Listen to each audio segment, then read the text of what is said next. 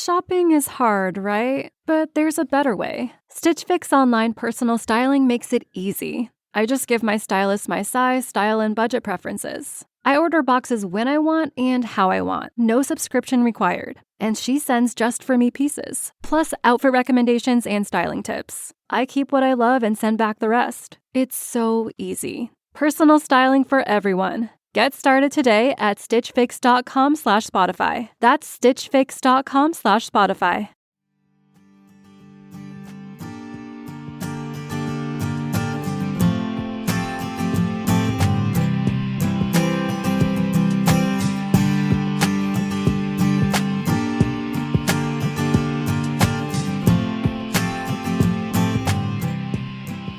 This is Fortune's Wheel, a podcast history of the late Middle Ages.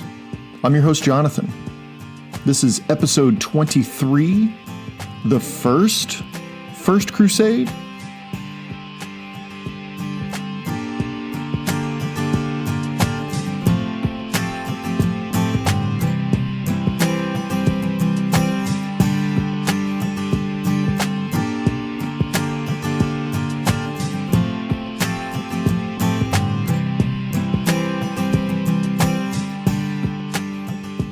Today, we jump around a bit. We start off in the Iberian Peninsula, a place much forgotten in our Western educations, but one that holds secrets to one of the ultimate events of the entire Middle Ages.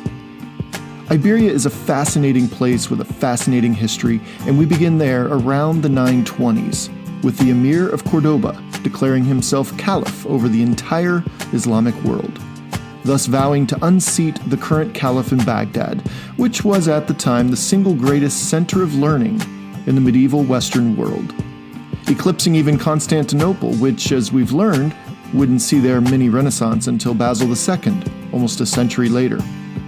This simple yet bold pronouncement shook not only the Islamic world, but also seemed to jolt Christian Europe out of their Dark Ages stupor. In this episode, we will seek to do a couple of things. We will be introduced to the tumultuous century leading up to La Reconquista in the Iberian Peninsula, giving it a full context for future episodes on the subject. And we will see the first arc of another Norman family story in the early 11th century. It's a big episode for sure. I hope you enjoy the show.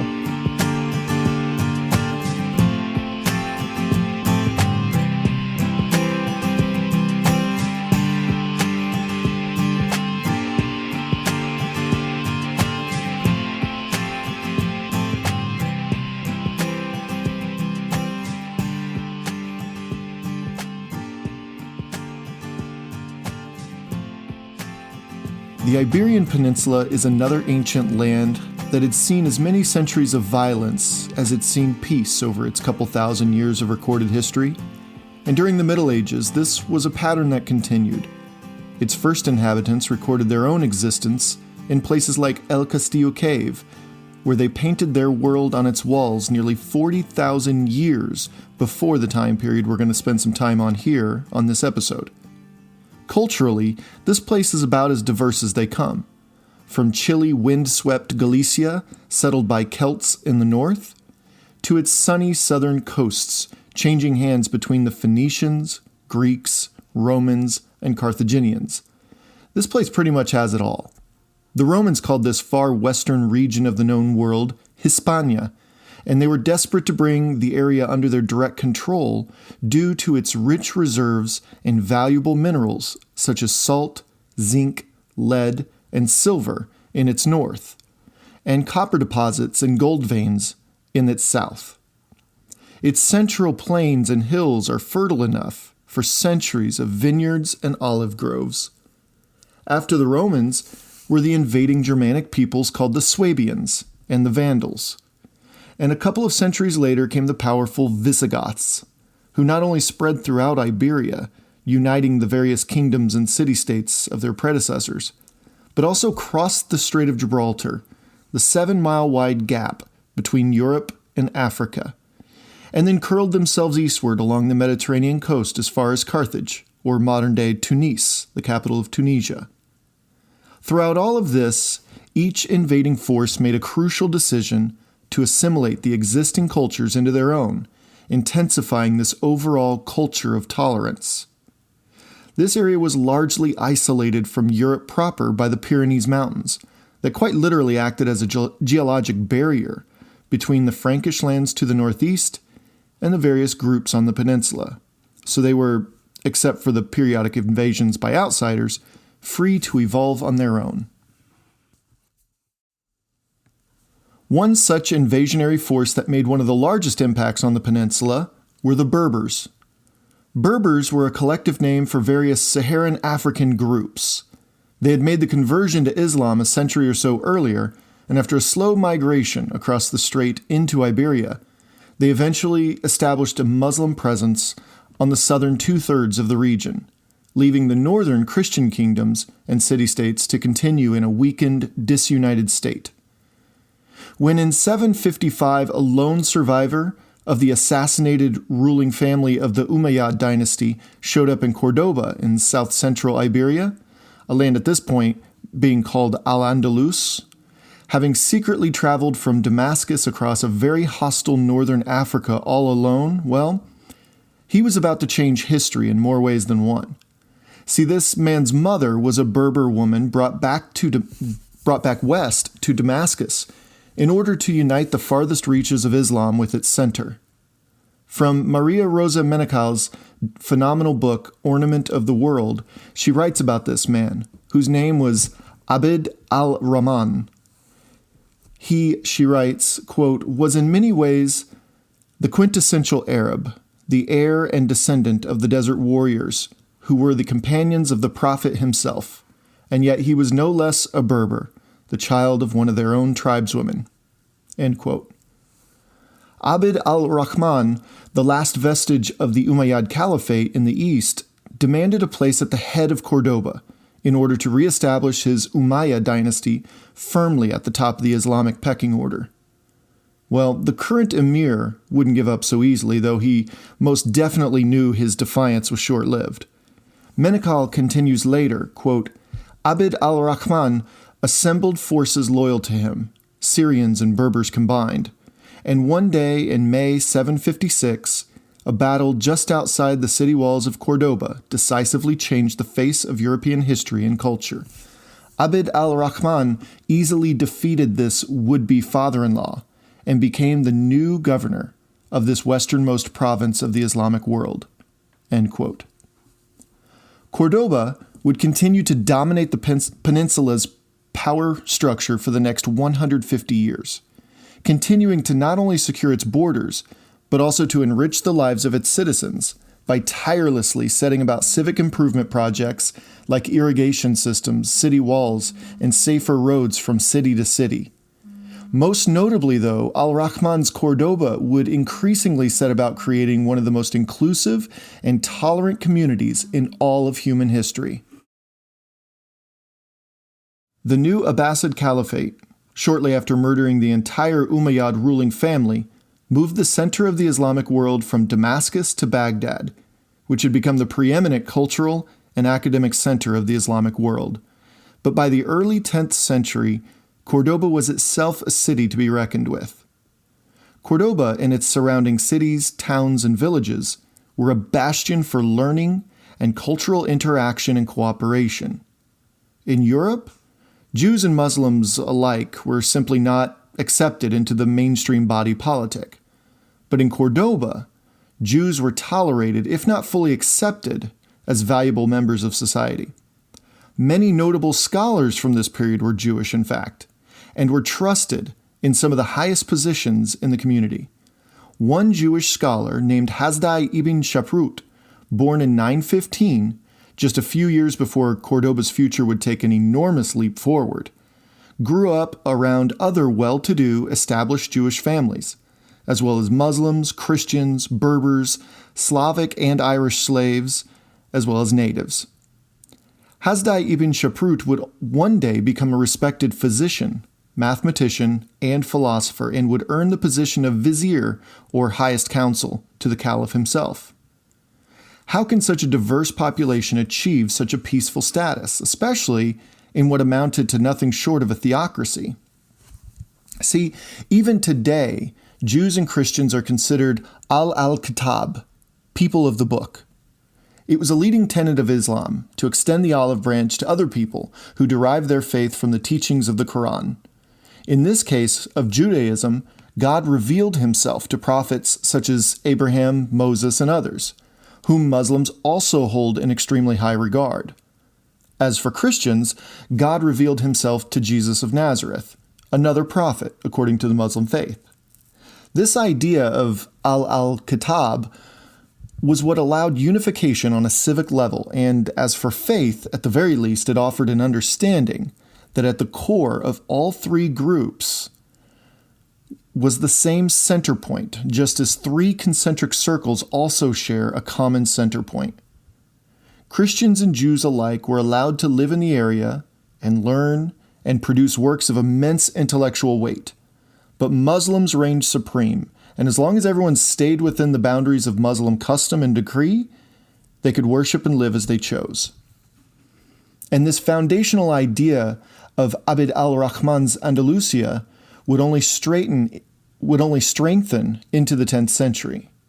By the 920s, Cordoba found itself in the same conversation as other major centers of learning and influence around the Mediterranean, such as Alexandria, Constantinople, and for argument's sake, we'll just include Baghdad in there too, as it was the leading cultural center of the Islamic world with strong ties to the Holy Land and North Africa and Constantinople, as well as being an emerging kingdom as all the other kingdoms to the east. But it would catapult itself through the actions of Abd al-Rahman's grandson, the not very originally named Abd al-Rahman III.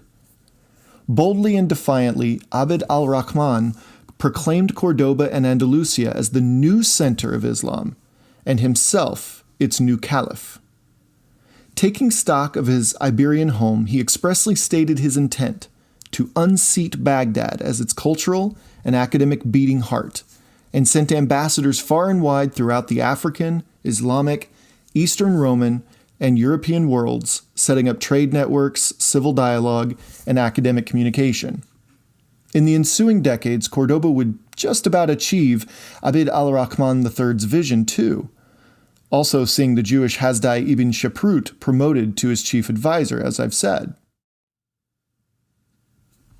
In Menecal's Ornament of the World, she says, quote, "By the time Abd al-Rahman III was caliph and Hasdai his vizier, learned Jews and Muslims and Christians alike had made Cordoba as serious a contender as Baghdad, perhaps more so, for the title of most civilized place on earth." End quote. That is as much a pronouncement of Muslim civility during the 10th century as it is a denunciation of the Christian world throughout Europe. It really was a golden age for Andalusia, under the governorship of Abd al-Rahman III. In fact, after just a couple decades, according to Menecal, Cordoba would not only have, obviously, a Muslim caliph, but also a Jewish vizier to the caliph and a Christian bishop named Rasamundo as a figurehead in the caliph's diplomatic representation in Constantinople. Menecal continues, quote, "Half a dozen years later, in 955, the bishop known in Arabic as Rabi ibn Zaid would end up as the caliph's envoy to the court of Otto I, where he would meet the nun Hroswitha and give her the materials for both her life of the Mozarab martyr Pelagius and her enduring description of Cordoba's marvels." End quote. But what does that mean, her endearing description of Cordoba's marvels? Well, it was a Christian nun in Germany, Hroswitha, who penned not only the title of Menecal's book, but also the nickname of Cordoba itself, the Ornament of the World. In Cordoba, as well as Baghdad to be fair, a culture of learning was paramount to a culture of homogeneity. It's that simple. Constantinople had sparks of that as well during the Middle Ages, but it had come on the backs of those same purges centuries earlier that toppled massive marble statues and burned to ashes ancient Greek and Roman tomes that are sadly now lost to time. And these Eastern Romans only felt comfortable entertaining those silly pagans of the past when it was clear that paganism was a thing of the past, when paganism was was more of a punchline than a serious conversation. We today have Muslims to thank for not only saving these classics for future generations, but also for reviving them, not Christians who have grudgingly come to accept them. Because learning was strictly frowned upon in those early Christian centuries, massive purges were held as well as murderous frenzies by believers in Christ terrorized the Holy Land and beyond. Two examples of this are seen with an early church leader named John Chrysostom, who once preached that, quote, "A comprehended God is no God at all," end quote.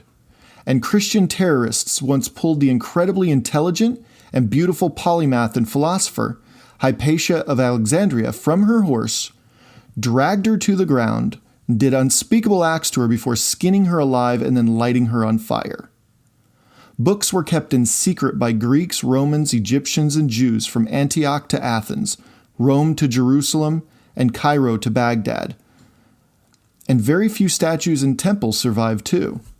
Christians either brought pillars and walls of temples crumbling down, or they converted them to churches after gutting them of their riches and murdering their adherents. As for statues that made it through the centuries-long purge, ignorance was really the main reason, this being the same ignorance these same Christians were willing to murder for. Case in point, Constantine the Great, the famous Roman emperor who moved the Roman Empire's capital to Constantinople and declared Christianity the official religion of the empire, was often portrayed astride a horse, wearing simple imperial toga. Well, so was an earlier pagan emperor named Marcus Aurelius, the man we know of today as the ultimate philosopher king and author of a Stoic handbook, his personal journals now called Meditations. The equestrian statue of Marcus Aurelius, as it's come to be called, is now in the Capitoline Museum on Capitoline Hill in Rome. If only early Christians paid attention in class, or even gone to class in the first place, they could have erased this piece of Roman and philosophical history too. So back to Cordoba in the early 960s. Upon the death of Caliph Abd al-Rahman III, Cordoba was headed by the caliph's son, al-Hakam II, who found peace with the Christian kingdoms to the north through the 970s. He leveraged this peaceful time to embark on enormous civil projects, increasing the agricultural output of the surrounding farms with new irrigation systems. This, in turn, freed up more agricultural workers from the fields, who then were encouraged by their caliph to create more markets to sell goods and services. Well, these new services were then in high demand, so a new labor force quickly evolved naturally around these needs. And before al-Hakam II's death in 976 at the age of 61, southern Iberia was more than just a flash in the pan. The Cordoba Caliphate was quickly emerging as not only the leader of the Muslim world, but also of the entire European landscape. But see, this is where the cult of personality can be truly detrimental to long-term success. We see this just about everywhere in history, as well as today, and it begs the question, why do we put so much faith in a person and not in a system? Well, this, of course, is the fundamental change in politics we would see in the American Revolution some 775 years later, after the death of a golden generation of Andalusians. A person always dies, but a system can endure. Just as the story of Benjamin Franklin goes, when asked what they've created inside the Philadelphia courthouse in 1789, he remarks, "A republic, if you can keep it." So people die, but systems can endure because ideas endure. They transfer from generation to generation, and a solid system can keep everyone, generation after generation, within the boundaries of acceptable expectations. The power of an idea is far more valuable than the power of a person. Yet, when al-Hakam II died, his son took over, and he was simply too young. A man named al-Mansur ibn Abi Amir, or al-Manzur as he is known to the West, was given power until al-Hashim II, the young caliph in question here, was old enough. The problem was, once power is given, it's rarely given back, which is why we should always be diligent in who we give power to. Almanzor quickly eroded the peaceful relations with Christian Leon, Castile, and Navarre, as well as taxing his agricultural and commercial industries close to economic suffocation. This was, as it usually is, to line his own pockets, as well as to run raids into Christian territories, seeking to weaken their defenses. With tensions high on the northern borders, Almanzor decided to strike at the heart of Iberian Christianity. In the far northwestern corner of the peninsula was the Kingdom of Galicia, and in this kingdom lay an incredibly wealthy pilgrimage site that spoke to Christians all over Christendom. This was Santiago de Compostela, a church that housed the cult of St. James the Apostle. In 968, the same Viking fleet led by Gunrith, who aided Duke Richard I of Normandy against a possible invasion by King Lothar I of the Franks, well, he went south on a rumor of a fabulously wealthy church in Iberia. Gunrith's attack was devastating, but the city and its holy site recovered quickly, and it wasn't long before it resumed its status as a focal point of the whole faith. Almanzor, having already weakened these kingdoms in the previous years, decided, in 997, to cut the jugular. He led a raid on Santiago de Compostela, which once again caused massive devastation and loss of life. But symbolically, it cut far deeper. Almanzor ordered the huge bells of the church to be captured and brought back to Cordoba, and were then recycled into huge candelabras for the city's major mosque. Remember this, as this little tidbit will come back into the conversation later. But what Almanzor failed to recognize was what he was doing was actually inviting his, as well as the entire Muslim presence in Iberia, ultimate downfall. When he began his raids on his northern adversaries, his lines began thinning out naturally after each battle or skirmish. He was then forced to solicit outside help. This came in the form of Berber mercenaries from northern Africa.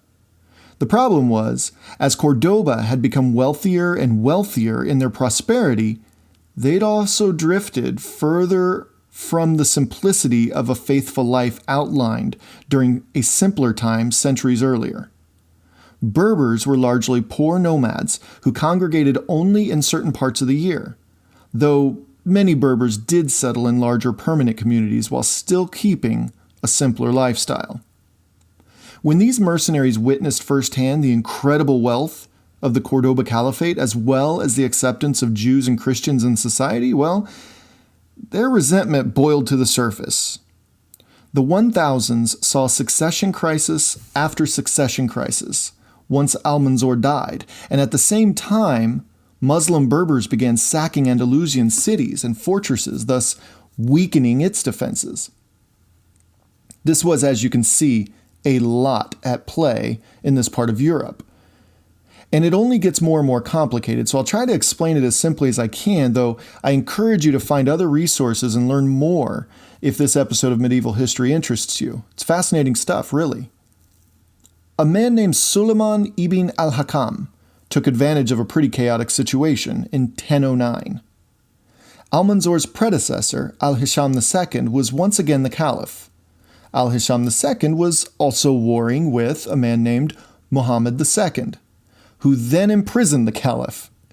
While Abd al-Rahman Sanchuelo was off fighting in Leon, Suleiman gathered a strong force consisting of Berbers and other European slaves in the area, and made a secret deal with the Count of Castile, which made it easier for Suleiman to travel through Castile and surprise Muhammad II in Leon at Alcolea. With Muhammad II hiding out in the city-state of Toledo, Suleiman allowed Cordoba to be sacked by his men. He was soon voted caliph by his troops.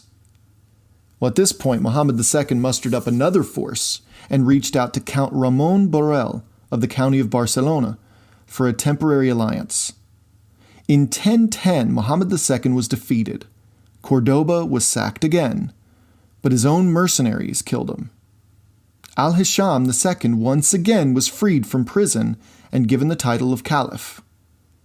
All of this came crashing down, once again, when Suleiman took back Cordoba in 1013, But after this, he was really only recognized as caliph in and around Cordoba. And most of that, you can imagine, was a forced recognition by the beaten and demoralized populace. Besides, by 1016, he was beheaded. This period in Andalusian history is called the Fitna of Cordoba, and it would last officially from 1009 to 1031, and it's during these 2 decades that we now pick up our story. But this part doesn't start off on the peninsula at all. No, we have to cross back over the Pyrenees to the northeast, make a slight left turn, and head straight north to the English Channel. Here we return to a small but powerful duchy within the Kingdom of France. This part of our story begins, that's right, in Normandy. Around the time that the highly successful heir of Caliph Abd al-Rahman III was securing peace on his northern borders and strengthening al-Andalus's internal infrastructure, we have our first glimpses of a family coming to the fore in Normandy. Sometime in the 960s, the House of Tosny began, with simple strategic maneuvering by the French Archbishop of Rouen, named Hugh, who had 2 problems. 1, an eastern border with Frisia and France that weren't exactly kind to their Norman neighbors. And 2, an unruly little brother, a monk at the Abbey of Saint-Denis, named Raoul, who, well, he just wasn't the monk type. Archbishop Hugh decided to take care of both problems with one decision. If he could find someone to live nearby who might act as a deterrent to Frisian and Frankish raids, then maybe that would help bolster the security on that nearby border. Raoul, which, fun side note, is a derivative of the noteworthy Norse name Rollo and a precursor to today's Ralph. See, Raoul took control of a castle near Tosny, which was a village down the River Seine a little ways southeast of Rouen. And he was exactly the type of personality needed for the job. Though Raoul would never reach the status of even count, he held the same rank as his cross-duchy counterpart, Tancred de Hauteville. But it's recorded that Raoul I of Tosny, as he came to be known, was at that fateful meeting in 991 between Duke Richard I of Normandy and King Ethelred II of England, when they agreed to cut off Viking access to Normandy's ports along the English Channel.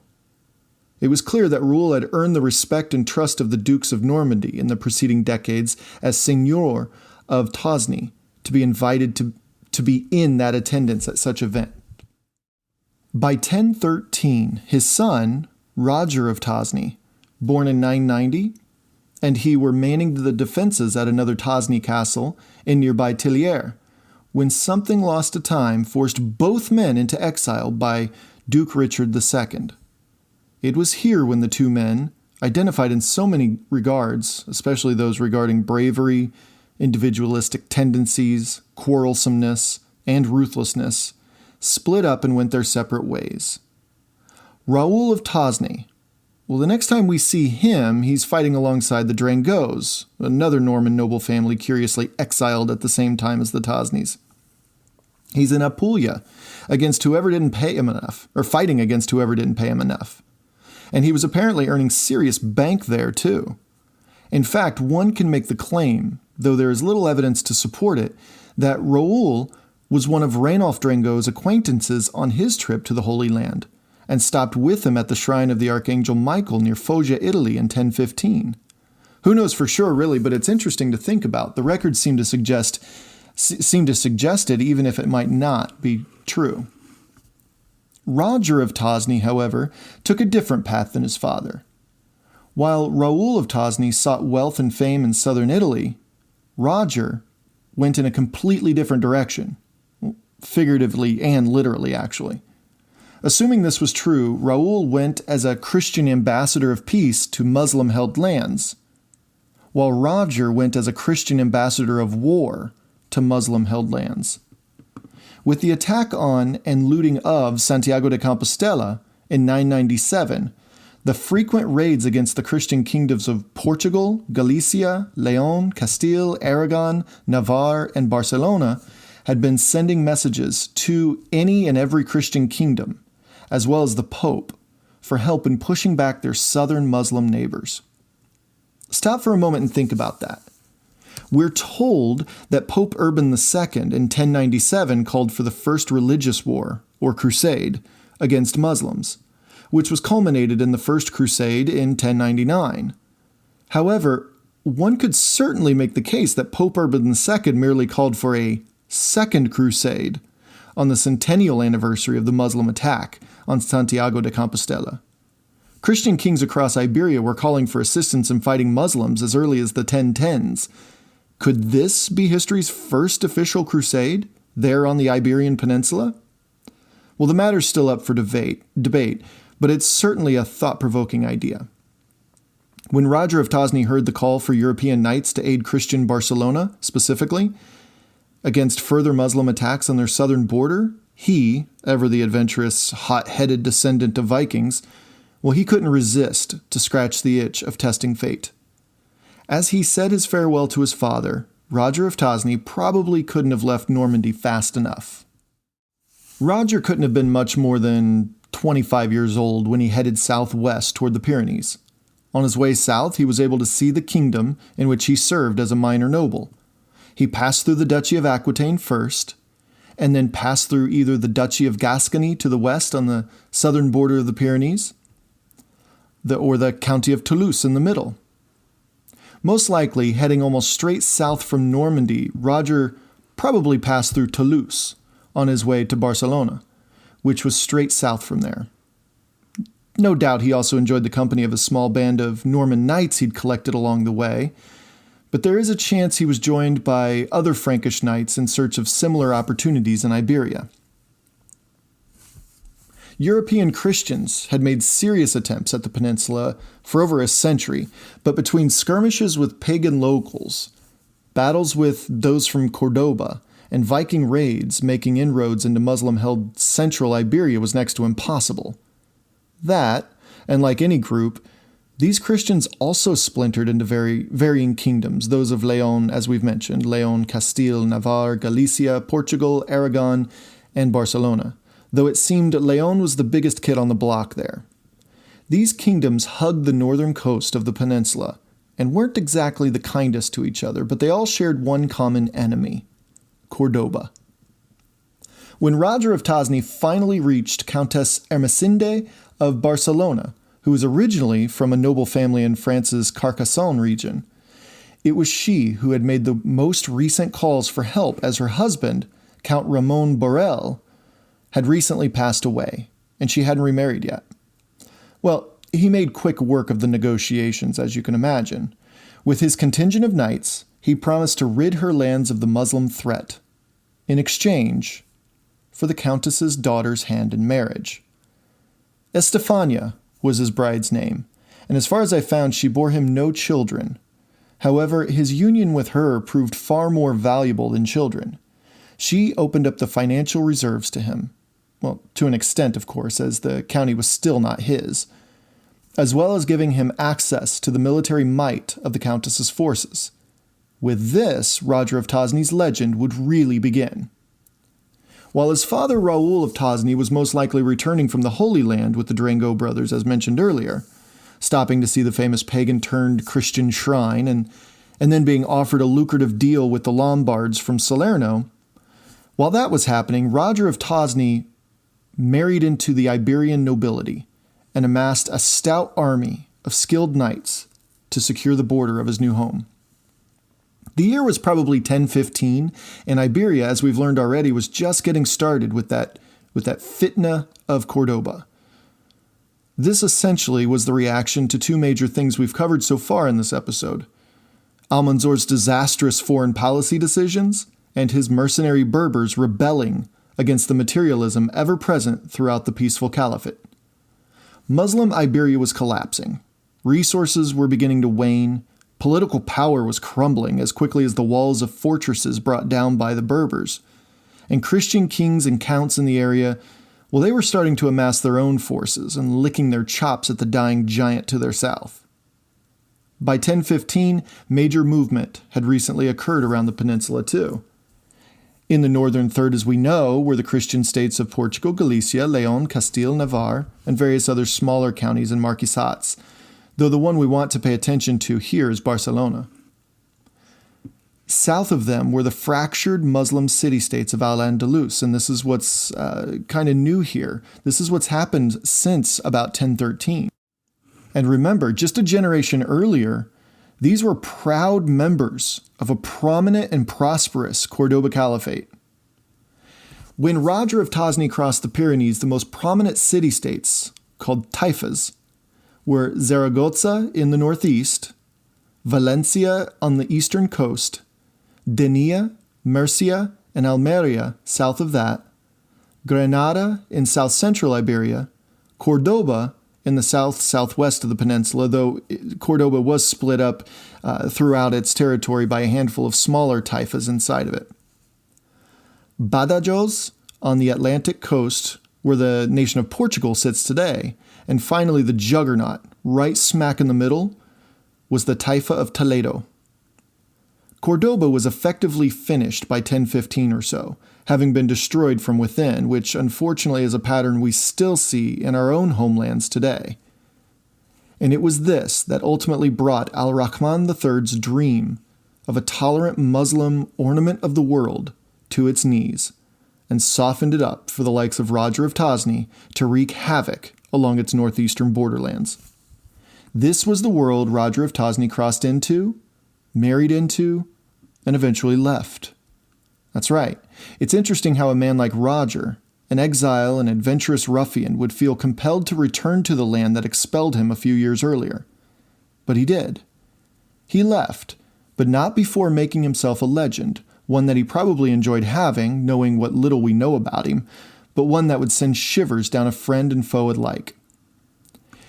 It's simple, really, because we don't really have many resources from this time about his travels, but word spread throughout Muslim Iberia of a Christian knight who was a fierce warrior, having dominated the Zaragozan threat to Barcelona's south. Zaragoza was quelled quickly, but it wasn't that made Roger of Tosny a legend. In fact, legend isn't quite the word that applies here. More like a Grimm's fairy tale one would tell to one's children to keep them in line. To Muslims everywhere in the region, Roger of Tosny was a boogeyman of sorts. See, it's said that when he conquered a Muslim force, he would have one proud Muslim warrior step forward on behalf of his comrades and his faith.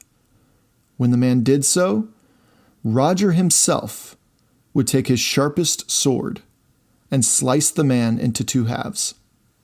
One half was roasted and enjoyed by himself and his men. The other half, well, if needed, it was forcefully fed to the prisoners.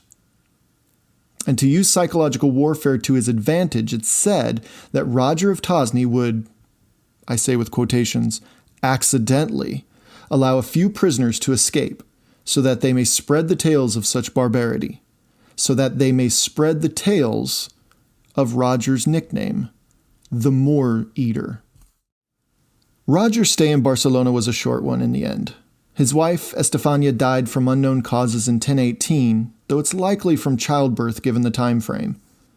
And a few years later, in 1024, with Zaragoza cowed, he snuck back across the Pyrenees the moment he heard that Duke Richard II of Normandy had revoked the expulsion. He didn't just return a wealthy and powerful Norman knight, though. He returned a living legend. He was restored to Tosny and its castles in the area, and made himself at home once again. His father also returned that year, but by 1026, Raoul himself had died, having also enriched the prestige of the House of Tosny with his exploits in southern Italy. Between 1024 and 1025, Roger married Gotalina. Now, I've seen records of Gotalina being another daughter of Ermesinda of Barcelona, but there are also other reports saying she was the daughter of another prominent Norman nobleman. Either way, it seems that Roger of Tosny was actually a happy man in this marriage. In 1027, Gotalina fell very ill, though. So ill, in fact, that her family had made the trip to Tosny Castle and was planning her funeral. It's also said that Roger was absolutely heartbroken at the thought of losing her, which plays against the legend of the Moor Eater. But there was a whisper of a cure. See, a bishop was passing through in 1027 when he mentioned miracles happening at a shrine in the large, influential central duchy of Aquitaine, at a place called Saint Foy. A virgin martyr's relic had been making the impossible happen recently. Roger, being a very wealthy man by this time, sent at once for the relic to come to Tosny Castle. As soon as they brought the relic in the room, Gotalina, it said, instantly woke up for the first time in weeks. She was confused as to why everyone was gathered around her bed and crying. Roger spared no expense on the days-long celebrations, and then set about funding a shrine to Saint Foy to be built there in nearby Conches. Between 1028 and 1035, Roger built an abbey there in Conches that still survives today, called Saint-Pierre de Castillon.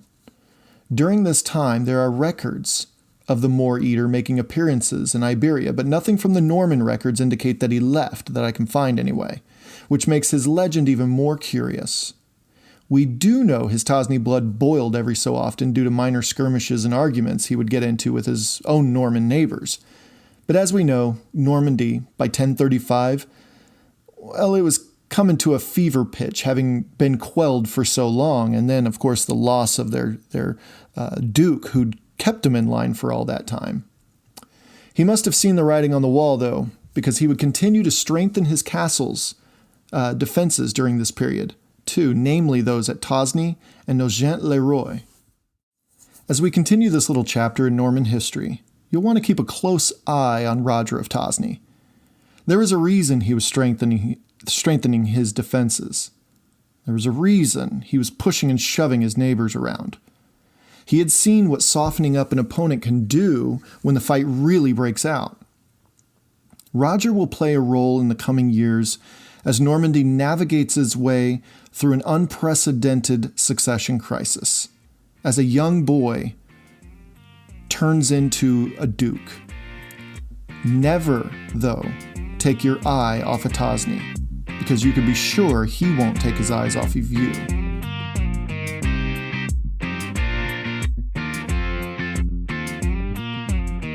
I hope you enjoyed today's episode on another Norman knight's quest for greatness. It seems to be a pattern with these Normans, isn't it?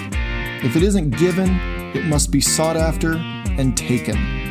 They provide a great framework for personal growth. However, to be clear, everything in moderation, especially when taking advice from a Norman. Please keep sharing this podcast with those you know in your social media accounts. Don't forget to tag us too if you share us on Twitter @WheelPodcast, or drop a quick line about the latest episode on Facebook, Fortune's Wheel Podcast. Also, you can email the show at fortuneswheelpodcast@gmail.com, and please consider supporting the show on Patreon if you are so inclined. On the next episode, we continue learning about these rambunctious Normans and how their actions have arguably the largest impact on how events played out, leading all the way up to our present world. From France to Kiev, Constantinople to Barcelona, England to Sicily, and Jerusalem to Rome, these Normans just don't stop their steady march toward immortality. Listen, I deviated from the plan already by straying from the Hautevilles to introduce this other Norman family, so I can't really tell you which story I want to tell you next. But I can pretty much guarantee it'll follow another Norman who just can't resist the spotlight.